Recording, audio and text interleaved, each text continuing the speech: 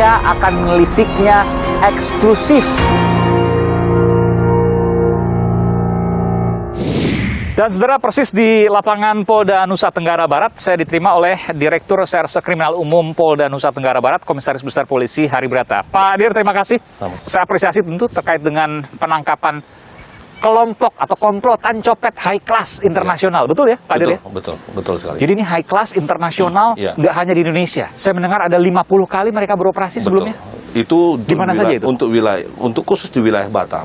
Mereka sering melakukan hal tersebut. Batam event apa itu? Hanya untuk cari keramaian pada saat sebelum pandemi. Misalnya apa? Seperti misal ada konser-konser musik. Kemudian ada acara-acara, event-event yang sering diadakan di wilayah Batam. Sisanya mereka langsung terbang ke Malaysia dan ke Hong Kong, Makau, Cina. Makau?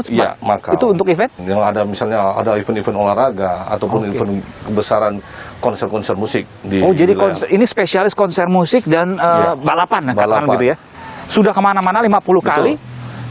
Dan berakhir di Nusa Tenggara Barat.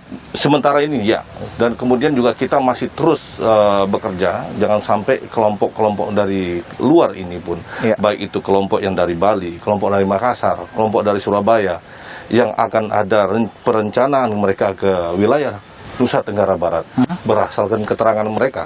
Mereka lintas daerah juga ini? Lintas daerah. Dan mereka saling mengetahui. Dan warga negara Indonesia? Warga negara. Kecuali mereka yang kegiatan dengan teman-teman mereka yang dari luar. Seperti pemain-pemain dari Thailand, pemain dari Filipina, pemain dari Peru, kemudian pemain Makau, Turki, dan yang disebut oleh mereka termasuk dari Malaysia dan Singapura. Grup pencopet semua yang tadi yang disebutkan. Dan mereka saling kenal. Apakah mereka komunikasi? Komunikasi ada yang mereka menggunakan market English, kemudian bahasa isyarat. Itu yang karena nggak semua bisa bahasa Inggris ya? Tidak semuanya. Jadi luar biasa nih, komplotan mencopet orang Indonesia. Sebagian bahkan nggak bisa bahasa Inggris. Tidak bisa bahasa Inggris. Tapi kemudian punya jaringan internasional dan melakukan aksinya di luar negeri. Tadi Makau, Singapura, kemudian Malaysia, sirkuit Sepang sirkuit Sepang. Di Singapura juga ada sirkuit juga. Luar biasa. Dan ini mereka keliling-keliling bermodal dong, Pak. Mereka bermodal. Mereka saling berhubungan interaksi dengan teman-teman mereka. Kamu punya modal berapa? Saya punya modal sekian. Oke, kita berangkat. Untuk ke Lombok misalnya, pengakuan mereka nih, kan mereka ada berapa orang semuanya? Sementara ini ada 8. Untuk tiket pesawat terbang, no? Karena mereka dari Jakarta kalau tidak salah. Ada yang dari Medan. Ada yang dari Medan juga? Ada yang dari Medan, ada yang dari Palembang. Kemudian ada yang dari Banten, ada yang dari Bogor. Dan Jakarta. Dan mereka kesini naik pesawat? Naik pesawat. Hari apa itu? Datang kelompok pertama itu di hari Kamis. Hari Kamis, mereka survei dulu? Survei. Kemudian mereka hari kedua itu kelompok yang kedua datang di hari Jumat.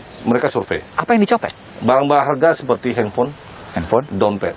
Spesialisnya dua itu yang jadi fokus. Tapi kan orang bisa aja misalnya macam-macam ya. Betul. Ada yang HP-nya HP murah. Apes dong kalau dia ngambil HP murah atau gimana? Atau ada trik khusus bagi mereka? Sudah memantau. Jadi sambil melihat apa yang dilihat di lapangan mereka, surveinya dia, siapa target korbannya. Begitu melihat target korban, mereka saling kode, sudah melakukan peran masing-masing. Ada yang melakukan mendekatin body contact, kemudian kemudian mereka ada yang langsung sebagai pemetik. Setelah pemetik, ada yang melakukan pengoperan barang. Dioper barang kepada yang menerima, mengepul. Saudara, ini bukan untuk memberikan informasi untuk ditiru, tapi ini memberikan awareness atau kesadaran bagi kita semua ketika berada khususnya di tempat-tempat ramai ya. Mall, kemudian tempat-tempat event seperti ini, tempat terbuka. Itu yang menjadi sasaran mereka. Dari hasil penyelidikan. Dan kemudian kemarin penangkapan.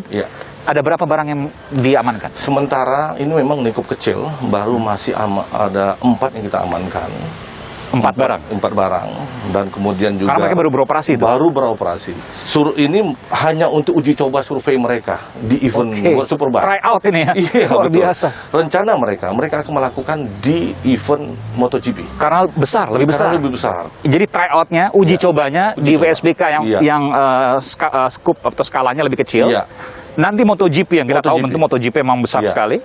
Itu mereka akan beroperasi penuh. Betul. Dan mereka kontak-kontakan tuh sama Iya. jaringannya dari luar Kalau negeri. kontak itu mereka tidak ada tadi, namun mereka mengetahui orang si A, si B, si C. Oke. Begitu datang, mereka selalu ketemu di Seperti lapangan. mereka di luar negeri juga. Iya.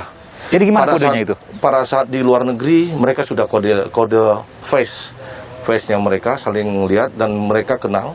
Ada salah satu yang sudah sangat dikenal oleh kelompok-kelompok di luar atas nama MR, inisial MR. Yang ditangkap Iya, ini? betul. Jadi kalau ketemu mereka sudah saling kode jempol, kemudian wajah, Apa yang dilakukan antar mereka dengan jaringan ini? saling membantu, saling backup. Oke.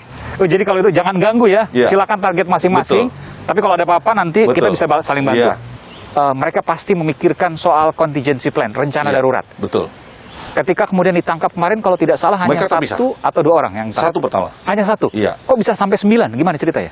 Begitu mereka ada situasi darurat, kontingensi, Iya.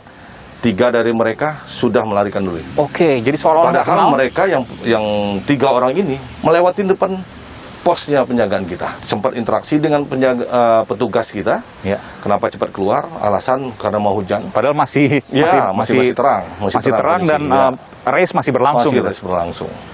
Nah, begitu dibawa, mereka sudah hilang. Dari situ kita melakukan penyelidikan berdasarkan keterangan dari teman mereka yang kita ambil. Dan 1-2 orang itu tadi satu orang ya, satu Ya, orangnya betul. dilakukan penyelidikan dan Ya. mereka sudah siap untuk kabur Untuk lewat kabur ke Bali lewat kapal. Ferry. naik ferry di Ya, pelabuhan di Lembar pelabuhan. ya. Mereka sudah membaca peta. Mereka tidak akan kabur melalui bandara. Iya, iya. Pasti kabur melalui laut. Tapi bagaimana kemudian tahu kalau si orang satu ini tengah melakukan pencopetan? Bagaimana polisi bisa tahu? Pada saat itu juga kebetulan ada teman anggota kami Ya. yang kami susupkan ke dalam.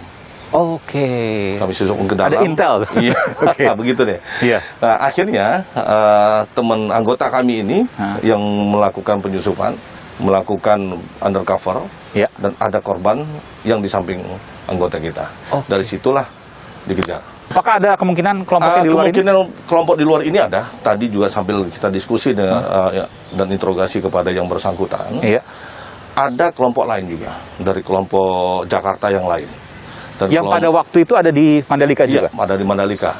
Begitu ini tertangkap, semua bubar. Oke, artinya ini menjadi target operasi polisi untuk Betul. kemudian menangkap. Ya, memang ada 3 strategi yang kita sampaikan di sini. Iya. Strategi pelayanan, kemudian strategi pemeliharaan, dan strategi pelindungan. Ini yang disampaikan oleh Bapak Kapolda. Dibagi-bagi, baik itu petugas yang menggunakan seragam uniform polis, dan ununiform polis yang tidak berseragam. Disinilah peranan kami sebagai ununiform polis melakukan antisipasi. Jangan sampai crime prevention atau pencegahan kejahatan ini jangan sampai terjadi. Baik, jadi lakukan pengamanan tertutup. Yang Betul. orang nggak akan tahu kalau itu polisi Iya, gitu ya. betul. Dan itulah berkat ada pengamanan tertutup dari Polda NTB, ini bisa terbongkar ada bukan satu kelompok, ini 2 kelompok ya. 2 kelompok. 2 komplotan pencopet. Jaringan internasional. Jaringan internasional 50 kali beraksi di luar negeri Iya. dan tumbang di Nusa Tenggara Barat. Apresiasi untuk Polda Nusa Tenggara Barat, meskipun saya juga mohon izin kepada Pak Dir Ya. untuk bisa bertemu dengan tersangka. Oke. Ada Kita pelajaran mungkin yang bisa kita Ya. gali bersama agar masyarakat waspada. Ya. Boleh Pak Dir ya? Boleh, silakan. Kita Saudara, saya siapkan. akan menuju ke sana, saudara, untuk kemudian saya bertemu dengan sejumlah tersangka eksklusif di Aiman. Terus saya akan tunjukkan bagaimana kemudian mereka melakukan operasinya ketika ada di kerumunan. Saya kanan, ya kiri. Permisi dong bang, saya mau lewat ini. Handphone saya. Luar biasa. Saya akan melisiknya eksklusif